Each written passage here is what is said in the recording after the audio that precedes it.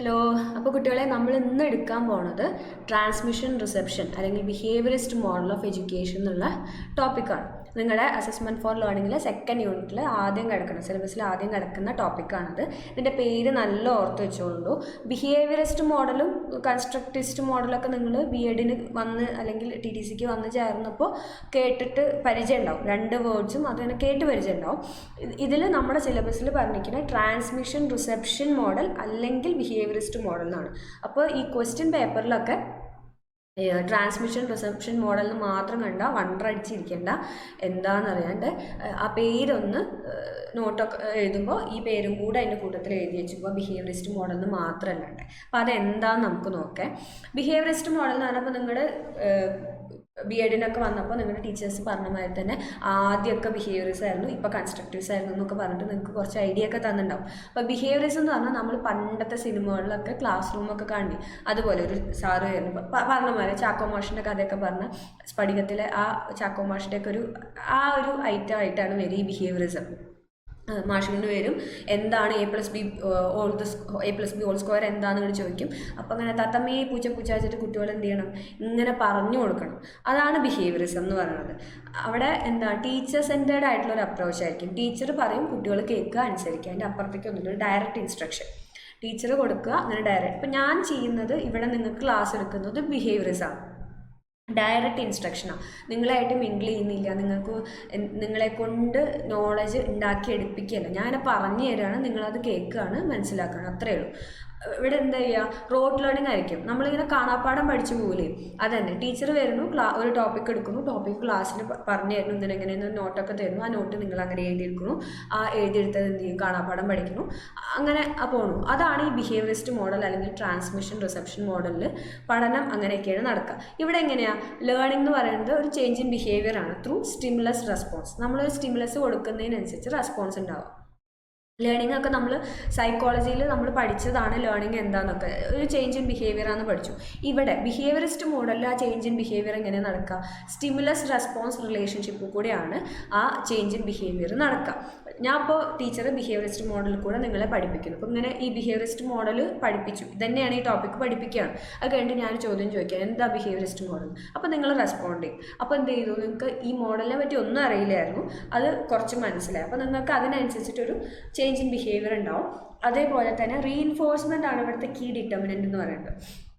ഒന്നില്ലെങ്കിൽ ഞാൻ നിങ്ങൾക്ക് റിവാർഡ് തരും, എന്തെങ്കിലും ചോദ്യം ചോദിച്ചു അല്ലെങ്കിൽ പരീക്ഷ എടുത്തു, മാർക്ക് കിട്ടിക്കഴിഞ്ഞാൽ നിങ്ങൾക്ക് റിവാർഡ് തരും, അല്ലെങ്കിൽ പണിഷ്മെൻറ്റ് തരും. ഇപ്പോൾ ഈ പറഞ്ഞ പോലെ തന്നെ പണ്ടൊക്കെ നമ്മൾ സ്കൂളിൽ പോകുമ്പോൾ ചോദ്യം ചോദിക്കും, നല്ല ഇത്തിരി സ്ട്രിക്റ്റ് ആയിട്ടുള്ള ഒരു സാറാണെങ്കിൽ ആ സാറിന് ചോദ്യം ചോദിച്ചിട്ട് ഉത്തരം പറഞ്ഞില്ലെങ്കിൽ അടി കിട്ടും. അപ്പോൾ നമ്മൾ പഠിക്കും. അതല്ല ഒരു പാവം പിടിച്ച ഒരു സാറാണെങ്കിൽ അല്ലെങ്കിൽ ടീച്ചറാണെങ്കിൽ എന്ത് ചെയ്യും, ആ ടീച്ചർ ഒന്നും ചെയ്യൊന്നുമില്ല, അപ്പോൾ ചോദ്യം ചോദിച്ചാലും പഠിക്കണ്ട, കുഴപ്പമില്ല, അങ്ങനെയുള്ള ഒരു അപ്രോച്ച് പോകും. അപ്പോൾ ഇതെന്താണ്, നമ്മൾ ഒരു റീഇൻഫോഴ്സ്മെൻറ്റിനെ പേടിച്ചിട്ടോ അല്ലെങ്കിൽ ആ റീഇൻഫോഴ്സ്മെൻറ്റ് കിട്ടുന്ന ആഗ്രഹിച്ചിട്ടോ ഒക്കെ പഠിക്കുന്നതാണ് ഈ ബിഹേവിയറിസ്റ്റ് മോഡലിൽ നടക്കണം. ഇനി അതിൻ്റെ കീ ഫീച്ചേഴ്സാണ് പറയാനുള്ളത്. ഈ ഫീച്ചേഴ്സ് എന്തൊക്കെയാണ് പറയുന്നത്, ടീച്ചർ സെൻറ്റേർഡ് ആണ്, കണ്ടന്റ് ഫോക്കസ്ഡ് ലേണിംഗ് ആണ്. ടീച്ചർ സെൻറ്റേർഡ് ആണ്, ഒരു സംശയമില്ല, ടീച്ചർ വരുന്നു എടുക്കുന്നു. പിന്നെ കണ്ടന്റ് ഫോക്കസ്ഡ് ആണ്. കണ്ടന്റ് ഇപ്പോൾ ഞാനിപ്പോൾ ബിഹേവിയറിസ്റ്റ് മോഡൽ ക്ലാസ് എടുക്കുമ്പോൾ എന്ത് ചെയ്യും, എനിക്ക് ഇന്ന പോർഷൻസ് ഒക്കെ തീർക്കണം, അതിനനുസരിച്ചിട്ട് ഞാൻ ഇങ്ങനെ കണ്ടന്റിനാണ് ഞാൻ ഇമ്പോർട്ടൻസ് കൊടുക്കുക. അല്ലെങ്കിൽ ആ കണ്ടന്റ് എങ്ങനെയൊക്കെ നിങ്ങളിലേക്ക് എത്തണം, നിങ്ങൾക്കത് കുറേ കാലം നിങ്ങളുടെ മെമ്മറിയിൽ നിൽക്കാൻ വേണ്ടിയിട്ട് എന്തൊക്കെ ചെയ്യണം, ആ ആലോചനകളൊന്നുമില്ല. കണ്ടന്റ് വേഗം ഡെലിവറി ചെയ്ത് പോവുക, അത്രയേ ഉള്ളൂ. എംഫസൈസസ് ടീച്ചിങ് അവർ സ്റ്റുഡൻറ്റ് എക്സ്പ്ലോറേഷൻ. ടീച്ചിങ്ങിനാണ് എംഫസൈസ്. ഞാൻ ഇങ്ങനെ ക്ലാസ് എടുത്തു പോവാണ്. ഇപ്പോൾ ബിഹേവിയറിസ്റ്റ് മോഡൽ എടുക്കുന്ന ഒരു ടീച്ചർ എന്ത് ചെയ്യും, ക്ലാസ് ഇങ്ങനെ എടുത്തു പോവും. അതിൽ കുട്ടികൾക്ക് ആ ക്ലാസ് കേൾക്കുക, അത് അങ്ങനെ കാണാപ്പാഠം പഠിക്കുക, ടീച്ചർ പറയണത് എന്തോ അതനുസരിക്കുക എന്നല്ലാണ്ട് അവർക്ക് സ്വന്തമായിട്ട് എക്സ്പ്ലോർ ചെയ്യാനുള്ള ചാൻസസ് ഒന്നും കൊടുക്കണില്ല ഈ ബിഹേവിയറിസ്റ്റ് മോഡൽ. പിന്നെ ലേണിംഗ് ഈസ് മെക്കാനിക്കലാണ്. അത് നമ്മൾ പറഞ്ഞല്ലോ, സ്റ്റിമുലസും റെസ്പോൺസും. ഇപ്പോൾ സ്വിച്ച് ഇട്ടാൽ ഫാന് കറങ്ങും, അതുപോലെ ടീച്ചർ പഠിപ്പിക്കുന്നത് എന്തോ അത് നിങ്ങൾ പഠിക്കുക, അത്രയേ ഉള്ളൂ. അത്രയും ആയിട്ടുള്ളൊരു പരിപാടിയാണ്, മെക്കാനിക്കലായിട്ട് നടക്കുന്ന ഒരു പരിപാടിയാണ് behaviourist model. Learners R passive receivers of knowledge.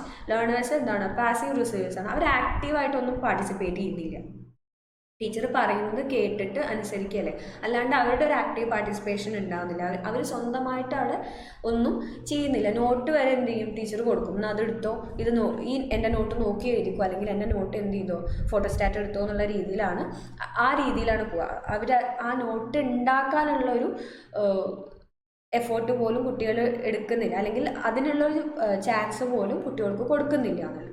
അപ്പോൾ ലേണേഴ്സ് പാസീവ് റിസീവേഴ്സ് ആയിരിക്കും. എക്സ്ട്രിൻസിക് മോട്ടിവേഷൻ ഇത്രയും പറഞ്ഞാൽ നമുക്ക് മനസ്സിലാവുമല്ലോ, റീഇൻഫോഴ്സ്മെൻറ്റിനെ ബേസ് ചെയ്തിട്ടാണെന്ന് പറഞ്ഞാൽ തന്നെ അത് എക്സ്ട്രിൻസിക് മോട്ടിവേഷനാണ്. ഒന്നില്ലെങ്കിൽ അടി കിട്ടുമെന്ന് മേടിച്ചിട്ട് അല്ലെങ്കിൽ എന്തെങ്കിലും സമ്മാനം കിട്ടുമെന്ന് ആഗ്രഹിച്ചിട്ടാണ് ഇവിടെ പഠിക്കുക. ലേണിങ്ങിനെ ഡ്രൈവ് ചെയ്യണത് എക്സ്ട്രിൻസിക് മോട്ടിവേഷനാണ്. അല്ലാണ്ട് ഉള്ളിൽ നിന്ന് എനിക്കിത് പഠിക്കണം, ഇത് നല്ല രസമുണ്ടല്ലോ, നല്ല ടോപ്പിക്കാണ്, അല്ലെങ്കിൽ നല്ല രസമുള്ളൊരു കാര്യമാണല്ലോ പഠിക്കുക, എന്താ ഇങ്ങനെ ചെയ്താൽ ഉണ്ടാവുക നോക്കാം, ഇത് വായിച്ചാൽ ഇങ്ങനെ ഉണ്ടാവുമ്പോൾ അടുത്തത് എന്തുണ്ടാവും നോക്കാം, അങ്ങനെയുള്ള രീതിക്ക് ഒരു ഇൻട്രിൻസിക് ആയിട്ടുള്ള ഒരു ഇൻട്രസ്റ്റ് കയറിയിട്ടല്ല, എന്തെങ്കിലും പേടിച്ചിട്ടോ എന്തെങ്കിലും കിട്ടുമെന്ന് ആഗ്രഹിച്ചിട്ടാണ് ഇവിടെ പഠിക്കുക. Uniform approach for all learners regardless of age. ഇവിടെ എല്ലാ കുട്ടികൾക്കും ക്ലാസ്സിൽ 50 പിള്ളേരുണ്ടെങ്കിൽ 50 പിള്ളേർക്കും ഒരേപോലെ ടീച്ചർ വരുന്നു, ബോർഡിൻ്റെ അവിടെ നിൽക്കുന്നു, ടീച്ചർ ക്ലാസ് എടുത്തിട്ട് പോകുന്നു, അങ്ങനെ ചെയ്തു പോകുന്നു. അതല്ലാണ്ട് ഓരോ കുട്ടികൾ ഇപ്പോൾ അതിപ്പോൾ ഏത് ക്ലാസ്സിലായാലും ബിഹേവിയറിസ്റ്റ് മോഡൽ ഇങ്ങനെ തന്നെ ചെയ്യാൻ പറ്റുള്ളൂ. അതിപ്പോൾ 5ാം ക്ലാസ്സിലായാലും 10ാം ക്ലാസ്സിലായാലും ബിഹേവിയറിസ്റ്റ് മോഡൽ ഇങ്ങനെ തന്നെ ചെയ്യാം. കുഞ്ഞു കുട്ടികളല്ലേ, നിങ്ങൾക്ക് ആക്ടിവിറ്റി ഓറിയൻറ്റഡ് ആയിട്ട് ക്ലാസ് ചെയ്യണമെന്ന് വിചാരിച്ചിട്ട് ചെയ്യില്ല. ബിഹേവിയറിസ്റ്റ് മോഡലാണെങ്കിൽ ഈ ഒരു മെത്തേഡിൽ തന്നെ പോകും. അതേപോലെ തന്നെ നിങ്ങളുടെ ലേണിംഗ് സ്റ്റൈലിനൊന്നും പ്രിഫറൻസ് കൊടുക്കില്ല. ചിലവർക്ക് എന്ത് ചെയ്യാൻ പറ്റില്ല, ചെയ്ത് പഠിക്കുന്നവർ കൈൻസ്തെറ്റിക് ആയിട്ടുള്ളവരൊക്കെ ഉണ്ടായിരിക്കും, അവർക്കൊന്നും ഈ മെത്തേഡ് തീരെ പറ്റില്ല, കാണാപ്പാഠം പഠിക്കുന്ന മെത്തേഡൊന്നും തീരെ പറ്റില്ല. പക്ഷെ അവരെ ഒന്നും നമ്മൾ എന്ത് ചെയ്യില്ല, ഈ ബിഹേവിയറിസ്റ്റ് മോഡലിൽ കണക്കിലെടുക്കില്ല, ഇതുപോലെ പറഞ്ഞു പോവുള്ളൂ.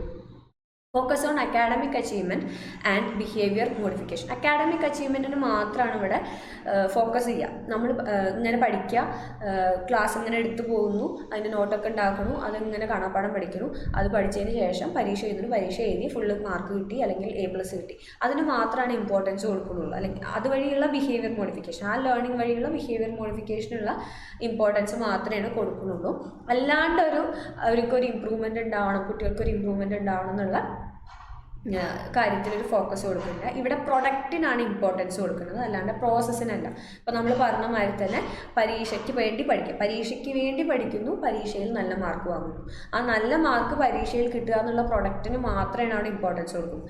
എങ്ങനെയാണ് നല്ല മാർക്ക് കിട്ടുക, അല്ലെങ്കിൽ ആ നല്ല എങ്ങനെ ഇത് ഏറ്റവും നല്ല രീതിയിൽ പഠിക്കാം എന്നുള്ള ആ പ്രോസസ്സിന് ഇവിടെ ഇമ്പോർട്ടൻസ് കൊടുക്കുന്നില്ല. Teacher acts as A trainer, teacher ഒരു ട്രെയിനർ. അപ്പോൾ നമ്മൾ ഈ പറയില്ലേ സർക്കസിലൊക്കെ ട്രെയിൻ ചെയ്തെടുക്കുകയാണ്, അതുപോലെ തന്നെ ഇപ്പോൾ ആനേനെ കൊണ്ട് സൈക്കിൾ ഓടിപ്പിക്കണ്ടല്ലോ, ആനയെ സൈക്കിൾ ഓടിക്കാൻ ഒരു കാട്ടിൽ കൂടെ നടക്കുന്ന ആനയെ കാണുമ്പോൾ നമുക്ക് തോന്നില്ല അത് സൈക്കിൾ ഓടിക്കും, പക്ഷെ അതിനെ കോൺസ്റ്റൻ്റ്ലി എന്ത് ചെയ്യാണ്, ട്രെയിൻ ചെയ്തുകൊണ്ടിരിക്കുക. അപ്പോൾ ഇവിടെ നമ്മുടെ മുന്നിലിരിക്കുന്ന കുട്ടികളും ചിലപ്പോൾ ആ കുട്ടിക്ക് പറ്റുണ്ടാവില്ല. ഈ പറഞ്ഞ പോലെ കൈൻസ്തെറ്റിക്കലി ലേണിംഗ് ആയിട്ടുള്ള ഒരു കുട്ടിക്കൊന്നും ഈ റോട്ട് ലേണിംഗ് ഒന്നും മെമ്മറൈസ് ചെയ്യുക എന്ന് പറയുന്നതൊക്കെ വളരെ ബുദ്ധിമുട്ടുള്ള കാര്യം. അപ്പോൾ അവരെന്ത് ചെയ്യും, ടീച്ചർ ഇങ്ങനെ ട്രെയിൻ ചെയ്തെടുക്കും, കാണാപ്പാഠം പഠിപ്പിച്ച് എന്ത് ചെയ്യും, ട്രെയിൻ ചെയ്തെടുക്കും. അപ്പോൾ ആ ടീച്ചർ ഇവിടെ ഒരു ട്രെയിനറായിട്ടാണ് നിൽക്കുക, ഒരു ഫെസിലിറ്റേറ്ററോ ഗൈഡോ ഒന്നുമല്ല, ഒരു ട്രെയിനറായിട്ടാണ് നിൽക്കുക. ഇനി അടുത്തത് ഇവാലുവേഷൻ സിസ്റ്റം ആൻഡ് ഡ്രോബാക്സ്. ഈ ബിഹേവിയറിസ്റ്റ് മോഡൽ അല്ലെങ്കിൽ ട്രാൻസ്മിഷൻ റിസപ്ഷൻ മോഡലിൻ്റെ ഇവാലുവേഷൻ സിസ്റ്റവും അതിൻ്റെ ഡ്രോബാക്സ് എന്താണെന്നാണ് നമ്മൾ പറയാൻ പോകുന്നത്. Focus on academic achievement with summative assessments. അക്കാഡമിക് അച്ചീവ്മെൻറ്റിനെയാണ് ഫോക്കസ് ചെയ്യുന്നത്. അതെങ്ങനെയാണ്, സമ്മേറ്റീവ് അസസ്മെൻറ്റ്. ഇവിടെ ഒരു കണ്ടിന്യൂസ് ആയിട്ടുള്ള അസസ്മെൻറ്റുകളോ അല്ലെങ്കിൽ ഫോർമേറ്റീവ് ആയിട്ട് ഇടയിലുള്ള അസസ്മെൻറ്റ് നടത്തുക, അതിനനുസരിച്ചിട്ട് അവരുടെ കാര്യങ്ങൾ എന്താണെന്നൊരു ഡയഗ്നോസ്റ്റിക് ടെസ്റ്റ് പോലെയൊക്കെ നടത്തുക, അങ്ങനെയുള്ള പരിപാടിയൊന്നുമില്ല. കാര്യം പഠിപ്പിച്ചതിന് കഴിഞ്ഞതിന് ശേഷം അവസാനം ഒരു സമ്മേറ്റീവ് അസസ്മെൻറ്റ് നടത്തുന്നു. അതിലെത്ര മാർക്ക് കിട്ടണം, നല്ല മാർക്ക് കിട്ടുന്നുണ്ടോ, അത്രയേ ഉള്ളൂ. അക്കാഡമിക് അച്ചീവ്മെൻറ്റിനാണ് ഇമ്പോർട്ടൻസ് കൊടുക്കുന്നത്. പിന്നെ ലോ ലെവലായിട്ടുള്ള കൊഗ്നിറ്റീവ് സ്കിൽസ്, ഇപ്പോൾ മെമ്മറൈസേഷൻ പോലെയുള്ള ഏറ്റവും നമ്മുടെ ബ്ലൂംസ് ടാക്സോണമി ഒക്കെ എടുത്തു കഴിഞ്ഞാൽ അതിലൊക്കെ അവസാനം നിൽക്കുന്ന കൊഗ്നിറ്റീവ് സ്കില്ലായിട്ടുള്ള മെമ്മറൈസേഷൻ പോലത്തുള്ള സ്കില്ലിന് മാത്രമാണ് ഇവിടെയൊക്കെ എംഫസൈസ് കൊടുക്കുക. അപ്പോൾ ക്രിട്ടിക്കൽ തിങ്കിങ്, ക്രിയേറ്റിവിറ്റി, അങ്ങനത്തെയൊക്കെ ഹയർ ലെവലായിട്ടുള്ള കൊഗ്നിറ്റീവ് സ്കിൽസിനൊന്നും ഇവിടെ ഒരു ഇമ്പോർട്ടൻസും കൊടുക്കണില്ല. പിന്നെ standardised written test lack validity in assessing skills. അപ്പോൾ നമ്മൾ ഈ റിട്ടൺ ടെസ്റ്റ് മാത്രം നടത്തുമ്പോൾ എന്ത് ചെയ്യില്ല, നമ്മുടെ എല്ലാ സ്കില്ലുകളിലും അസസ് ചെയ്യാനും നമ്മുടെ എല്ലാ കഴിവുകൾക്കും അതിനൊന്നും എന്തായിക്കോളണമെന്നില്ല, വാലിഡിറ്റി ഉണ്ടായിക്കോളണമെന്നില്ല. അപ്പോൾ ഈ പറയുന്ന പോലെ നമ്മൾ നന്നായിട്ട് കഷ്ടപ്പെട്ട് കാണാപ്പാഠം പഠിക്കുകയാണ്, എന്നാലും ആ പരീക്ഷ എഴുതേണ്ട അന്നോ അതിൻ്റെ തലേ ദിവസമൊക്കെ ആയിട്ട് എന്തെങ്കിലുമൊക്കെ വയ്യായൊക്കെ വന്നു കഴിഞ്ഞാൽ അന്നത്തെ കാര്യം കഴിഞ്ഞു. അതിനനുസരിച്ചിട്ട് ആ കുട്ടി എന്തല്ല, തീരെ പഠിക്കാത്ത കുട്ടിയോ അല്ലെങ്കിൽ തീരെ കഴിവില്ലാത്ത കുട്ടിയോ എന്നൊന്നല്ല, ഈ കുട്ടിക്ക് വേറെയൊക്കെയും കഴിവുണ്ട്. അപ്പോൾ ആ തലേ ദിവസത്തെ ഒരു കാണാപ്പാഠം പഠിത്തമുണ്ട്. ഇപ്പം നമുക്ക് ചിലതൊക്കെ അറിയാം. നമ്മൾ ഈ എക്സാമിന് കയറുന്ന ടൈമിൽ ഇമ്പോർട്ടൻ്റ് ആണ്, ഇത് ക്വസ്റ്റ്യൻ പേപ്പറിൽ കണ്ടിട്ട് പറഞ്ഞിട്ട് ഒരു ഫ്രണ്ട് വന്ന് പറയുമ്പോൾ നമ്മൾ എന്ത് ചെയ്യും, അത് എന്താണെന്നൊന്ന് വായിച്ച് നോക്കും കൂടെ അല്ലാണ്ട് അങ്ങനെയാണ് വിഴുങ്ങിയെടുക്കില്ല. കാണാപ്പാഠം വിഴുങ്ങിയെടുത്തിട്ട് പോയിട്ട് ചിലപ്പോൾ പരീക്ഷയ്ക്ക് വന്നാലോ എന്ന് പേടിച്ചിട്ട് ഒരു 2 മാർക്കെങ്കിൽ 2 മാർക്ക് കിട്ടിക്കോട്ടെ എന്ന് വിചാരിച്ചിട്ട് പഠിക്കില്ലേ, അതുപോലെ. അത് നമ്മുടെ സ്കില്ലൊന്നല്ല, നമ്മൾ ആ സാഹചര്യം രക്ഷപ്പെടാൻ വേണ്ടിയിട്ട് ചെയ്യുക. അപ്പോൾ നമ്മുടെ ഇങ്ങനത്തെ ഈ സ്റ്റാൻഡർഡൈസ്ഡ് ആയിട്ടുള്ള റിട്ടൺ ടെസ്റ്റുകളൊക്കെ ഓഫൺ വാലിഡിറ്റി ഉണ്ടായിക്കോളും നിർബന്ധമില്ല. പിന്നെ mental processes and higher cognitive abilities are not considered. നമ്മൾ ഓൾറെഡി പറഞ്ഞു ഹയർ ആയിട്ടുള്ള കോഗ്നിറ്റീവ് എബിലിറ്റീസിനെ ഒന്നും കൺസിഡർ ചെയ്യണില്ല. പിന്നെ കോമ്പറ്റീഷൻ, റോട്ട് ലേണിംഗ്, അതുവഴി ഉണ്ടാകുന്ന ആങ്സൈറ്റി, ഇതിനൊക്കെയാണ് എന്ത് ചെയ്യുക, എൻകറേജ് ചെയ്യുക. കുട്ടികൾ തമ്മിൽ തന്നെ കാണാപ്പാഠം പഠിച്ചിട്ടും ഇതാക്കിയിട്ടും പണ്ടൊക്കെ ഈ പിള്ളേർ തമ്മിലുള്ള പറഞ്ഞു കൊടുക്കായും കുറച്ചും കൂടെ മുന്നെയാണ് അതൊക്കെ കേട്ടിരിക്കുന്നത്. ഇപ്പോഴത്തെ ജനറേഷനിലൊന്നും അങ്ങനെ അധികം കേൾക്കില്ല. അവർ ഇതിനെ ഷെയർ ചെയ്ത് പഠിക്കും. അതിപ്പോൾ ഫുൾ A+ കിട്ടുന്നവരായാലും ഒരു ഗ്യാങ് ആയിരിക്കും. കുറച്ച് പഠിക്കാൻ പിന്നാക്കം അല്ലെങ്കിൽ അക്കാഡമിക്കിൽ കുറച്ച് പിന്നോക്കമുള്ള അവരൊക്കെ ഒരു ഗ്യാങ് കൂടിയിട്ട് ഇരുന്നിട്ട് പഠിക്കും. കുഴപ്പമൊന്നുമില്ല, ഷെയർ ചെയ്യുന്നതിൽ കുഴപ്പമില്ല, അവിടെയുള്ള മെറ്റീരിയൽസ് ഷെയർ ചെയ്യുന്നതിലൊന്നും കുഴപ്പമില്ല. അങ്ങനെയുള്ള ഇതൊക്കെയാണ് ഇപ്പോൾ. പക്ഷെ കുറച്ച് മുന്നൊക്കെ ഉള്ള പിള്ളേരൊക്കെ ആകുമ്പോൾ എന്താ ഒരു തമ്മിൽ കോമ്പറ്റീഷനായി കാണാപ്പാഠം പഠിച്ച്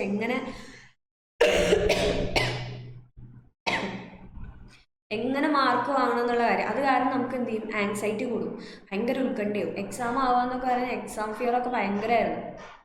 അപ്പോൾ ഈ ബിഹേവിയറിസ്റ്റ് മോഡൽ ഈ കോമ്പറ്റീഷനും റോട്ട് ലേണിങ്ങും ആങ്സൈറ്റിയും ഒക്കെ കൂട്ടാനാണ് സഹായിക്കുക. പിന്നെ lack of continuous assessment. Evaluation is teacher structured ആയിരിക്കും.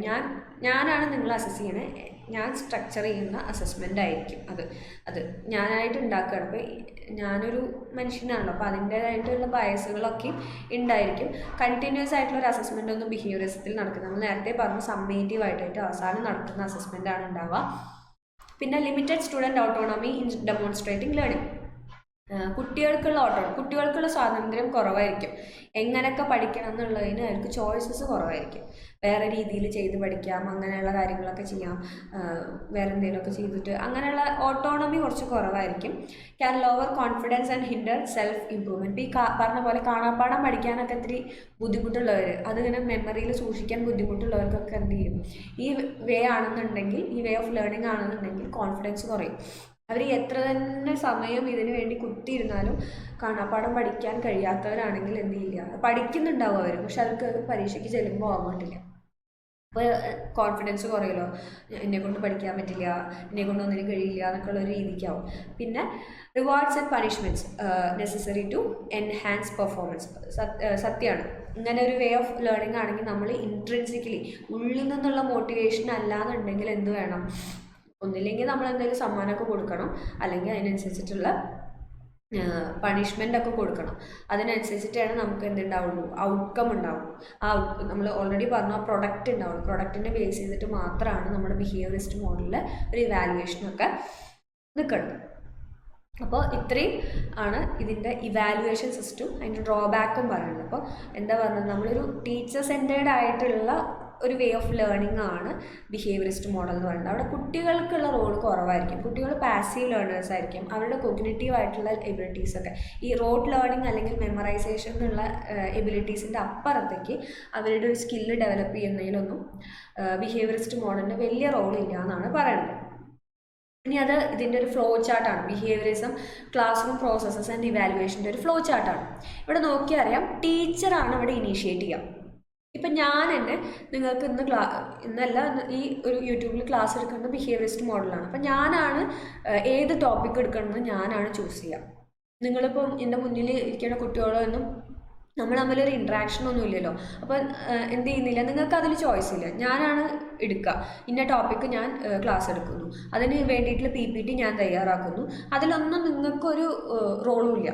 അപ്പോൾ എന്ത് ചെയ്യുക, ടീച്ചറാണ് കണ്ടൻറ്റും എങ്ങനെ ലേൺ ചെയ്യിക്കണം എന്നുള്ള ഒരു തീരുമാനമൊക്കെ എടുക്കുക ടീച്ചറാണ്. എന്നിട്ട് എന്ത് ചെയ്യും, ടീച്ചർ വന്നിട്ട് ടീച്ച് ചെയ്യും, പഠിപ്പിക്കും. ഇപ്പോൾ ഇത് തന്നെ ഈ ബിഹേവിയറിസ്റ്റ് മോഡലിൽ ഇങ്ങനത്തെ കണ്ടൻറ്റൊക്കെ ഉൾപ്പെടുത്തിയിട്ട് ഒരു PPT ഉണ്ടാക്കാം. PPT വെച്ച് ക്ലാസ് എടുക്കാം ഞാൻ തീരുമാനിച്ചു. എന്നിട്ട് ഞാൻ എന്ത് ചെയ്തു, നിങ്ങൾക്ക് എൻ്റെ ആ തീരുമാനത്തിൻ്റെ പുറത്ത് നിങ്ങൾക്ക് ക്ലാസ് എടുക്കണം. അതിൽ നിങ്ങൾക്ക് എന്തെങ്കിലും എതിരഭിപ്രായം ഉണ്ടോ, നിങ്ങൾക്ക് എന്തെങ്കിലും ബുദ്ധിമുട്ടുണ്ടോ, മനസ്സിലാവാത്തുണ്ടോ, അതൊന്നും ഞാൻ അന്വേഷിക്കണില്ല. എന്നിട്ട് എന്ത് ചെയ്യുകയാണ്, ടീച്ചർ ക്ലാസ് എടുത്തതിന് ശേഷം ടീച്ചർ എന്തെങ്കിലുമൊക്കെ സ്റ്റിമുലസ്, അതായത് എന്തെങ്കിലും ചോദ്യം ചോദിക്കുകയോ അതിന് എന്തെങ്കിലും നിങ്ങളുടെ ഒരു റെസ്പോൺസ് കിട്ടാൻ വേണ്ടിയിട്ട് എന്തെങ്കിലും നിങ്ങൾക്ക് ഇട്ടുതരും ഒരു ചോദ്യം പോലെയൊക്കെ. അപ്പോൾ നിങ്ങൾ എന്ത് ചെയ്യും, ലേണർ എന്ത് ചെയ്യും, റെസ്പോണ്ട് ചെയ്യും. ലേണറുടെ ആ റെസ്പോൺസിനെ ടീച്ചർ എന്ത് ചെയ്യും, ഇവാലുവേറ്റ് ചെയ്തിട്ട് അതിൻ്റെ ഒരു ഫീഡ്ബാക്ക്, അതിനെ കറക്റ്റ് ചെയ്യും. നിങ്ങൾ പറഞ്ഞതിൽ എന്തെങ്കിലും പ്രശ്നം ഉണ്ടെങ്കിൽ അതിനെ കറക്റ്റ് ചെയ്യും. എന്നിട്ട് വീണ്ടും എന്ത് ചെയ്യും, ഇപ്പം തന്നെ ഞാൻ നിങ്ങളെ പഠിപ്പിക്കുകയാണ്, ബിഹേവിയറിസം പഠിപ്പിക്കുകയാണ്. അതിന് അവസാനം ഞാൻ ചോദിച്ചു, അപ്പോൾ ബിഹേവിയറിസത്തിൽ കുട്ടികളാണല്ലേ ഒക്കെ ചെയ്യാമെന്ന് ഞാനാണ് ചോദിച്ചു. അപ്പോൾ നിങ്ങളെല്ലാവരും പറഞ്ഞു ആ കുട്ടികൾ തന്നെ എല്ലാം ചെയ്യുക, കുട്ടികൾ അവരുടെ ഇഷ്ടത്തിന് പഠിക്കുക എന്ന് പറഞ്ഞാൽ അപ്പോൾ എനിക്ക് മനസ്സിലാവും ഞാൻ അത്രയും നേരം പറഞ്ഞു ഒന്നും നിങ്ങൾക്ക് മനസ്സിലായിട്ടില്ല. അപ്പോൾ ഞാൻ എന്ത് ചെയ്യും, വീണ്ടും ഒന്നുകൂടെ പഠിപ്പിക്കും. ആ പഠിപ്പിക്കുന്നതും എൻ്റെ ഇഷ്ടത്തിനാണ്. ഞാൻ ചിലപ്പോൾ ആദ്യം പഠിപ്പിച്ച അതേ രീതിയിൽ തന്നെ ഞാൻ പഠിപ്പിക്കുന്നുണ്ടാവും, അല്ലെങ്കിൽ ഞാൻ ചിലപ്പോൾ എൻ്റെ ഒരു വേ ഓഫ് മാറ്റിയിട്ടുണ്ടാവും, പറഞ്ഞ എക്സാമ്പിളുകളോ അങ്ങനെ എന്തെങ്കിലുമൊക്കെ മാറ്റിയിട്ടുണ്ടാവും. അപ്പോൾ ടീച്ചർ വീണ്ടും പഠിപ്പിക്കും, ടീച്ച് ചെയ്യും. അതിനനുസരിച്ച് ലേണർ വീണ്ടും റെസ്പോണ്ട് ചെയ്യും. ഇതിങ്ങനെ ഒരു ലൂപ്പായിട്ട് കിടന്നിങ്ങനെ കളിക്കും. ഇങ്ങനെയാണ് ഈ ബിഹേവിയറിസ്റ്റ് മോഡലിൻ്റെ ലേണിംഗ് നടക്കുന്നത്. ടീച്ചറുടെ ഒരു ഓട്ടോണമിയാണ് നടക്കുന്നത്. ടീച്ചറാണ് എല്ലാം ഡിസൈഡ് ചെയ്യുക, എന്ത് നിങ്ങൾ പഠിക്കണം, എങ്ങനെ നിങ്ങൾ പഠിക്കണം, ഇനി അതിൽ നിങ്ങൾക്ക് നിങ്ങൾ എന്ത് റെസ്പോണ്ട് ചെയ്യണം എന്നുള്ളതും പ്രത്യക്ഷത്തിൽ അല്ലെങ്കിൽ പരോക്ഷത്തിൽ ആയാലും ടീച്ചറാണ് അത് ഡിസൈഡ് ചെയ്യുക, എന്തൊക്കെ നിങ്ങൾ ചെയ്യണം എന്നുള്ള കാര്യം. അപ്പോൾ ഇത്രയാണ് നമ്മുടെ ബിഹേവിയറിസ്റ്റ് മോഡലിൽ പറയുന്ന കാര്യങ്ങൾ. പിന്നെ ഇതിൻ്റെ ഈ PPT ഞാനൊരു ടെലഗ്രാം ചാനലിൽ ഇടാം, നിങ്ങളത് നോക്കുക. ഇതിലെന്തെങ്കിലും ഡൗട്ട് ഉണ്ടെങ്കിൽ നിങ്ങൾ കമൻറ്റ് ചെയ്ത് ചോദിക്കുക. അപ്പോൾ ഈ വീഡിയോ യൂസ്ഫുൾ ആയിട്ട് തോന്നിയെങ്കിൽ നിങ്ങൾ സബ്സ്ക്രൈബ് ചെയ്യുക, ഫ്രണ്ട്സിനൊക്കെ ഷെയർ ചെയ്യുക. താങ്ക്